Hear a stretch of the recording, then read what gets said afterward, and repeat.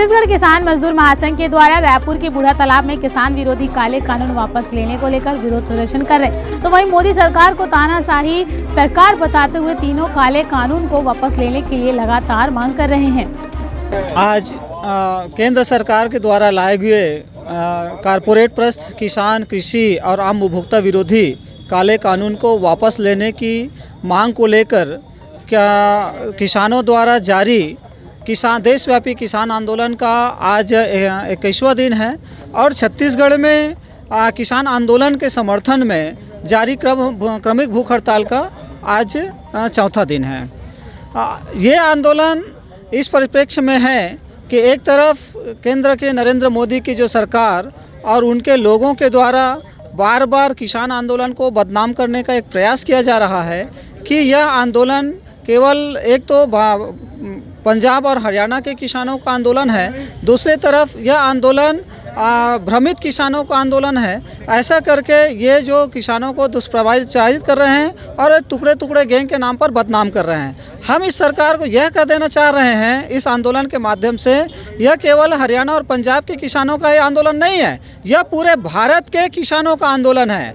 यह पूरे भारत में जो कॉरपोरेट परस्त जो नीतियाँ हैं उनके खिलाफ आंदोलन है। पूरे भारत के किसान और कृषि को बचाने का आंदोलन है। यह आंदोलन आम उपभोक्ताओं के खाद्य सुरक्षा का आंदोलन है। इसलिए ये टुकड़े टुकड़े गैंग के नाम पर या भ्रमित के होने के नाम पर किसानों के आंदोलन को तोड़ने का कुत्सित प्रयास बंद करें और अपने गिरेबान पर झांके।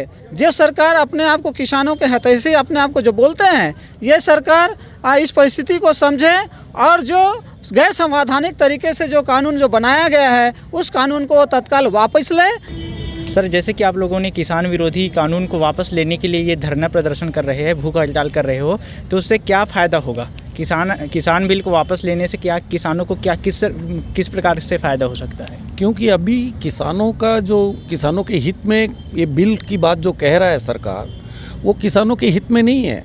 अगर किसानों के हित में होता तो किसान अपने खेत में होते। आज लाखों की तादाद में किसान जो है दिल्ली के सड़कों पे हैं और लगातार वो बोल रहे हैं कि ये कानून हमारे हित में नहीं है, इसे वापस ले लीजिए। 6 दौर की बैठक हुई, 6 दौर की मीटिंग में बार बार किसानों ने एक ही बात कहा, आपने जो 3 काले कानून लाए हैं ये तीनों कानून जो है हमारे हित में नहीं है। आप कह रहे हो कि फसल बाहर बेच सकते हो, लेकिन आपको मालूम होना चाहिए किसान अपने घर से बाहर का मंडी में बेचने के लिए कितनी तकलीफ़ होती है। ये दूसरे राज्य तो जाने का सवाल ही नहीं होता है। मध्य प्रदेश की सरकार कह रही है कि हमारे राज्य में दूसरे राज्य का नहीं आना। बिहार की मंडी का क्या हाल है, जबकि वहाँ पर वो कानून पहले से ही ये कानून वहाँ पर है।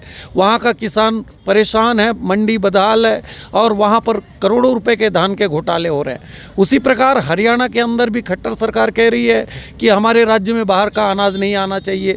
तो ये आपस में ही विवादास्पद है। तो इस तरीके से ये जो कानून को लाकर कह रही है, किसान बात को नहीं समझ रहा। किसान बहुत अच्छे से समझ रहा है। अगर किसान नहीं समझता तो ये कम संख्या, इतने तादाद में लोग वहाँ नहीं होते। किसान बहुत अच्छे से समझ रहा है और वो अपनी पूरी जान लगा दी है। अब तक 20 दिनों के अंदर 20 किसान वहाँ शहीद हो गए हैं। लेकिन मोदी की जो तानाशाह सरकार है इस समस्या को समझ नहीं रही है। आज ऐसा लग रहा है कि ये बीजेपी और आरएसएस ही इस किसान बिल को समझ रही है। देश के करोड़ों जो जनता है आज सड़कों पे है और मांग कर रहे हैं कि ये कानून नहीं चाहिए। एमएसपी की जो बात करता है, एमएसपी कहीं नहीं मिलता है। अभी ये जो 1 दिसंबर से 31 जनवरी तक सरकारी रेट पे धान लिया जाएगा, वो भी बहुत कम मात्रा में। उसके बाद तो आप व्यापारियों के हवाले कर देते हो। पूरे साल भर जो किसान है मंडी के ऊपर निर्भर नहीं है, सीधा सीधा बाजार के हवाले कर दिया जाता है। तो हमारा मानना है कि ये जो कानून है ये जन विरोधी है, किसान विरोधी है। ये कानून जब तक वापस नहीं होगा किसानों का ये आंदोलन जारी रहेगा। छत्तीसगढ़ किसान मजदूर महासंघ जो है उनके समर्थन में आज चौथा दिन है हड़ताल का। हम ये तब तक ये संघर्ष जारी रखेंगे जब तक दिल्ली के किसानों का संघर्ष सफल नहीं होगा, जब तक वो लड़ाई लड़ाई जारी रहेगी, तब तक छत्तीसगढ़ के किसान भी उनके साथ कदम से कदम मिलाकर लड़ेंगे। और मोदी सरकार का जो तानाशाही जो रवैया है, उनकी जो बर्बर नीतियां हैं, आज जो किसानों को बदनाम करने पे तुला है, कह रहा है कि ये आतंकवादी है, खालिस्तानी है, अर्बन नक्सली है, ऐसा कुछ नहीं है। पूरे हिंदुस्तान के किसान दिल्ली के अंदर है, वो किसान है। हर किसान से आप जाके पूछिए, ये 3 बिल के बारे में विस्तार में अपनी बात को बताने के लिए तैयार है।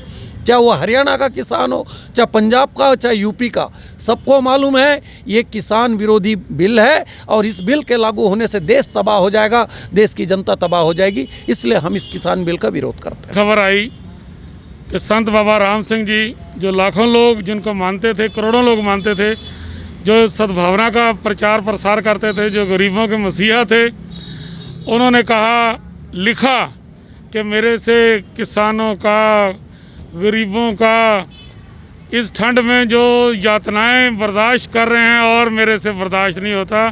उन्होंने अपनी ई लीला समाप्त करके अपना बलिदान दे के इस सरकार को जगाने की कोशिश की है और उनकी याद में 2 मिनट के लिए श्रद्धांजलि रख रहे हैं।